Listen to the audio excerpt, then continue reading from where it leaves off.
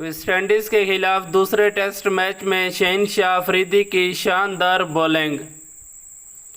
दूसरे test match में West Indies cricket team के कैप्टन ने टॉस जीतकर पहले फील्डिंग करने का फैसला किया था और पाकिस्तानी क्रिकेट टीम को बैटिंग करने की दावत दी थी।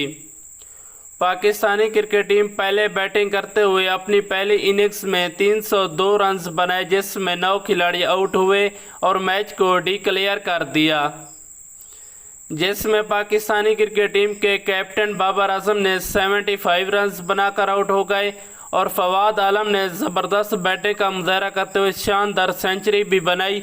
124 रन्स पर नॉट आउट रहे। इसी तरह पाकिस्तानी क्रिकेट टीम का पहली इनिंग्स में 302 रन्स हुआ, 9 खिलाड़ी आउट हुए और मैच को डिक्लेयर करना पड़ा।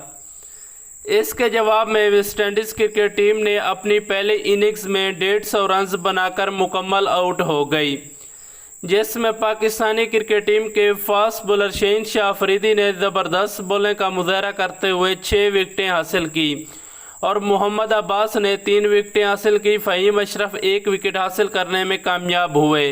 इसी तरह वेस्टइंडीज़ क्रिकेट टीम अपनी पहली इनिंग्स में 150 रन्स बनाकर मुकम्मल आउट हो गई। इस वक्त पाकिस्तानी क्रिकेट टीम की दूसरी इनिंग्स जारी है। पाकिस्तानी क्रिकेट टीम का इस वक्त 60 रन्स पर कोई भी खिलाड़ी नहीं आउट है। इस वक्त बैटिंग पर आबिद अली और इमरान भट्ट मौजूद हैं, ज़बरदस्त बैटिंग का मुजाहरा कर रहे हैं और चौथे दिन का खेल भी इख्तिताम होने वाला है। पाकिस्तान और वेस्टइंडीज़ की क्रिकेट टीम के दरमियान 5वें दिन का खेल आज पाकिस्तानी वक्त के मुताबिक शाम के 8 बजे शुरू होगा। आप दोस्तों क्या लगता है, पाकिस्तानी क्रिकेट टीम ये दूसरा टेस्ट मैच जीत पाएगी या नहीं?